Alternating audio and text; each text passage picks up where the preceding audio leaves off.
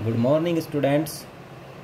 तो हम लोग उन प्रॉपर्टी को स्टडी कर रहे हैं जो पीरियोडिक टेबल में ट्रेंड्स करती हैं। आज की प्रॉपर्टी है इलेक्ट्रोनेगेटिविटी।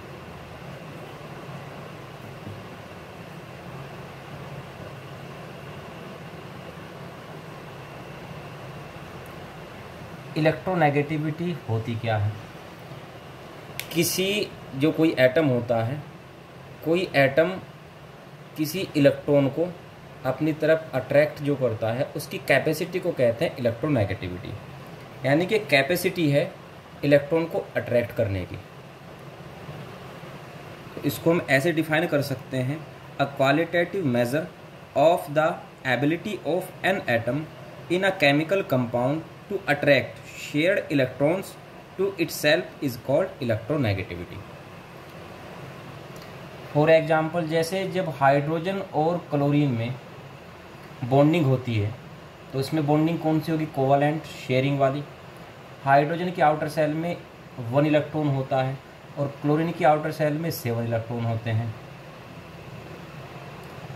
तो ये क्या करते हैं, हाइड्रोजन का 1 इलेक्ट्रॉन और क्लोरीन का 1 इलेक्ट्रॉन शेयर कर लेते हैं आपस में और शेयर करके कोवैलेंट बॉन्ड बना लेते हैं। अब मैं हाइड्रोजन के इलेक्ट्रॉन को चलो ऐसे दिखा देता हूँ, हाइड्रोजन का इलेक्ट्रॉन, क्लोरीन का इलेक्ट्रॉन और क्लोरीन के बाकी इलेक्ट्रॉन ये रहे। अब इसमें होता क्या है, ये जो क्लोरीन है, क्लोरीन की इलेक्ट्रोनेगेटिविटी मीन्स इलेक्ट्रॉन को अट्रैक्ट करने की पावर हाइड्रोजन से ज़्यादा है। तो ये जो बीच का पेयर है इलेक्ट्रॉन का, ये क्लोरीन के पास शिफ्ट हो जाता है। तो मीन्स इसको ऐसे दिखाया जाएगा, जो बिल्कुल मिडिल में था यानी कि बीच में था ये शेयरिंग वाले इलेक्ट्रॉन, ये शेयर चला जाएगा क्लोरीन के पास। जो इलेक्ट्रॉन का पेयर है ये क्लोरीन के पास शिफ्ट हो जाता है। तो इस पर पॉजिटिव चार्ज और इस पर नेगेटिव चार्ज आ जाएगा। तो यहाँ ये इलेक्ट्रोनेगेटिविटी इसी को कहा गया है जो क्लोरीन ने उस इलेक्ट्रॉन के पेयर को अट्रैक्ट कर लिया। तो ये जो अट्रैक्शन की कैपेसिटी होती है किसी एटम की, उसी को कहते हैं इलेक्ट्रोनेगेटिविटी। इलेक्ट्रोनेगेटिविटी डिपेंड करती है एटम के साइज पर। अब एटम का साइज बड़ा है, मान लीजिए हम किसी एक ही पीरियड की बात कर रहे हैं, हम ले लेते हैं थर्ड पीरियड में जैसे कि सोडियम है पहले ग्रुप में, और सबसे लास्ट के ग्रुप में, इधर लास्ट से जस्ट पहले लास्ट पे इनर्ट गैस का हो जाता है, जो हैलोजन वाला है वहाँ पर क्लोरीन है। तो इसका जो इलेक्ट्रॉनिक कॉन्फ़िगरेशन होता है वो है 281 और इसका इलेक्ट्रॉनिक कॉन्फ़िगरेशन है 287। अब इफेक्टिव न्यूक्लियर चार्ज किस में ज़्यादा है? क्लोरीन में, क्योंकि यहाँ 11 ही प्रोटॉन है जबकि यहाँ पर 17 प्रोटॉन है। तो प्रोटॉन जब ज़्यादा होंगे, इफेक्टिव न्यूक्लियर चार्ज ज़्यादा होगा, तो साइज किसका छोटा हो जाएगा? क्लोरीन का। तो सोडियम का साइज होगा ये वाला, फर्स्ट सेल, सेकंड और थर्ड, जिसमें 2 इलेक्ट्रॉन यहाँ पर हैं और 8 इलेक्ट्रॉन 1 2 3 4 5 6 7 और 8 और 1 इलेक्ट्रॉन यहाँ है। अब क्लोरीन में इफेक्टिव न्यूक्लियर चार्ज ज़्यादा होने की वजह से क्या करेगा, इसका न्यूक्लियस आउटर इलेक्ट्रॉन को अट्रैक्ट कर लेगा। तो इसका साइज क्या है, थोड़ा छोटा हो जाएगा, फर्स्ट सेल, सेकंड सेल और थर्ड सेल। इसमें 2 इलेक्ट्रॉन ये हुए, 8 ये हुए, 1 2 3 4 5 6 7 और 8 और 7 इलेक्ट्रॉन 1 2 3 4 5 6 और 7।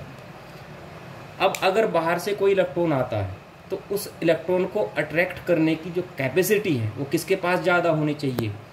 इस एटम के पास ज़्यादा होनी चाहिए कि इस एटम के पास ज़्यादा होनी चाहिए?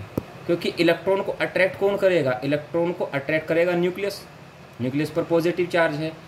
अब इससे यहाँ से जो न्यूक्लियस की डिस्टेंस है वो ज़्यादा पड़ जा रही है और यहाँ से न्यूक्लियस की डिस्टेंस कम पड़ जाती है।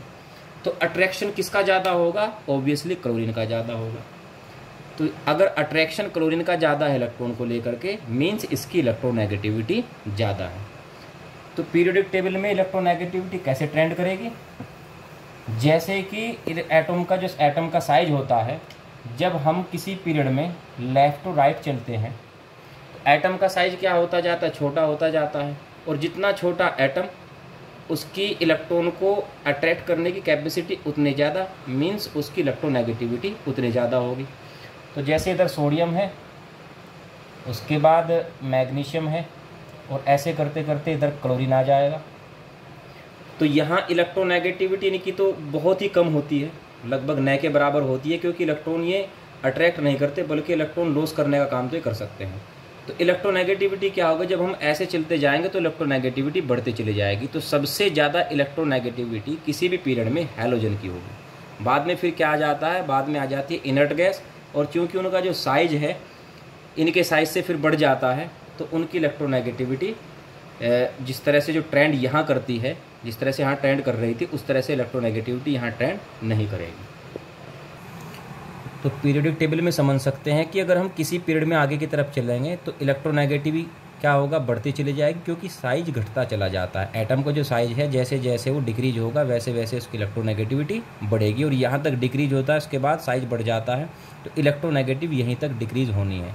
अगर पूछे कि फोर्थ पीरियड में सबसे कम इलेक्ट्रोनेगेटिविटी किसकी है, तो हम बताएंगे सबसे लास्ट में जो है यहाँ पर हैलोजन में ब्रोमीन है, कि ब्रोमीन की इलेक्ट्रोनेगेटिविटी सबसे कम होती है। और अगर हम ग्रुप में ऊपर से नीचे की तरफ चलते हैं तो कैसे ट्रेंड करेगी, ऊपर से नीचे की तरफ चलने से क्या होता है, साइज बढ़ता चला जाता है। यहाँ पर 1 पीरियड का मतलब है कि इसमें केवल 1 शेल है, यहाँ 2 शेल हैं, यहाँ 3 शेल, 4 शेल, तो शेल बढ़ती जा रही है, मीन्स उसका एटम का साइज बढ़ता जा रहा है। और एटम का साइज कम होता है तो इलेक्ट्रोनेगेटिविटी ज़्यादा होती है, और साइज बढ़ता है तो इलेक्ट्रोनेगेटिविटी कम हो जाती है। तो ऊपर से नीचे की तरफ चलने पे साइज बढ़ता जा रहा है, तो मीन्स इलेक्ट्रोनेगेटिविटी क्या होता जाएगा, कम होती जाएगी। तो पूरी पीरियोडिक टेबल में अगर कहीं सबसे ज़्यादा इलेक्ट्रोनेगेटिविटी किसकी है, सबसे हाईली इलेक्ट्रोनेगेटिव कौन सा एलिमेंट है, तो वो होगा फ्लोरीन। क्योंकि इधर को चलने पर इलेक्ट्रोनेगेटिविटी क्या होता है, बढ़ती जाती है, और नीचे से ऊपर की तरफ चलने पर बढ़ती जाती है। इसको अगर छोड़ देना इनर्ट गैस को, यहाँ से निकाल दीजिए, तो पूरी इसमें पीरियोडिक टेबल में इधर से चलने पर फ्लोरीन, क्योंकि इधर से चलने पर बढ़ेगी और फिर नीचे से चलने पर बढ़ेगी, तो सबसे ज़्यादा इलेक्ट्रोनेगेटिविटी होगी फ्लोरीन की। मीन्स फ्लोरीन वो एलिमेंट है जो इलेक्ट्रॉन को सबसे ज़्यादा अट्रैक्ट करता है। दूसरी चीज़, इलेक्ट्रोनेगेटिविटी बढ़ती है तो नॉन मेटेलिक करैक्टर भी बढ़ता है, क्योंकि यहाँ इलेक्ट्रोनेगेटिविटी बिल्कुल ही जीरो थी, कम थी, बल्कि इलेक्ट्रोपॉजिटिव होते हैं, तो ये सभी के सब मेटल हैं। अगर हम किसी ग्रुप में ऊपर से नीचे की तरफ चलेंगे तो ऐसा होने पर क्या हो रहा है, इलेक्ट्रोनेगेटिविटी घटती जा रही है, तो मीन्स जो नॉन मेटेलिक करैक्टर है वो भी कम होता जाएगा और मेटेलिक करैक्टर बढ़ता चला जाएगा। जैसे अगर हम यहीं इसमें लगाएं, नाइट्रोजन वाले ग्रुप में देखते हैं, नाइट्रोजन क्या है, नॉन मेटल है। उसके बाद फॉस्फोरस, और नॉन मेटल भी कैसी है, गैस की फॉर्म में है। उसके बाद फॉस्फोरस आ जाता है, इसकी इलेक्ट्रोनेगेटिविटी नाइट्रोजन से थोड़ी कम होती है, क्योंकि नाइट्रोजन की ज़्यादा ऊपर रखा है, तो यहाँ ही सॉलिड आ जाता है। उसके बाद में आर्सेनिक, ये मेटलोइड हो जाता है। एंटीमनी, इसमें मेटेलिक करैक्टर और ज़्यादा हो जाता है। बिस्मथ लगभग मेटल हो जाता है, और मास्कोवियम ये मेटल होता है। तो मीन्स इलेक्ट्रोनेगेटिविटी अगर कम होगी तो जो एलिमेंट है उसका कौन सा करैक्टर बढ़ जाएगा, मेटेलिक करैक्टर उसका बढ़ जाएगा। कहीं भी देख सकते हैं, इस ग्रुप में देख सकते हैं, ऑक्सीजन इलेक्ट्रोनेगेटिविटी इसकी क्या है, ज़्यादा है, तो नॉन मेटल है। सल्फर इलेक्ट्रोनेगेटिविटी ऑक्सीजन से कम है, तो नॉन मेटल है, लेकिन उसमें सॉलिड फॉर्म में है, ये गैस फॉर्म में है। ऐसे सेलेनियम, उसके बाद टेलुरियम, उसके बाद पोलोनियम, और फिर लिवरमोरियम, ये फिर मेटल हो जाता है। तो इसको इस तरह से आप जो है एक बार अपनी बुक में स्टडी कर लेना इलेक्ट्रोनेगेटिविटी को। इसके बाद 1-2 करैक्टर और पूछते हैं, नेक्स्ट वीडियो में आपके वो दोनों करैक्टर हो जाएंगे और आपका चैप्टर फिनिश हो जाएगा।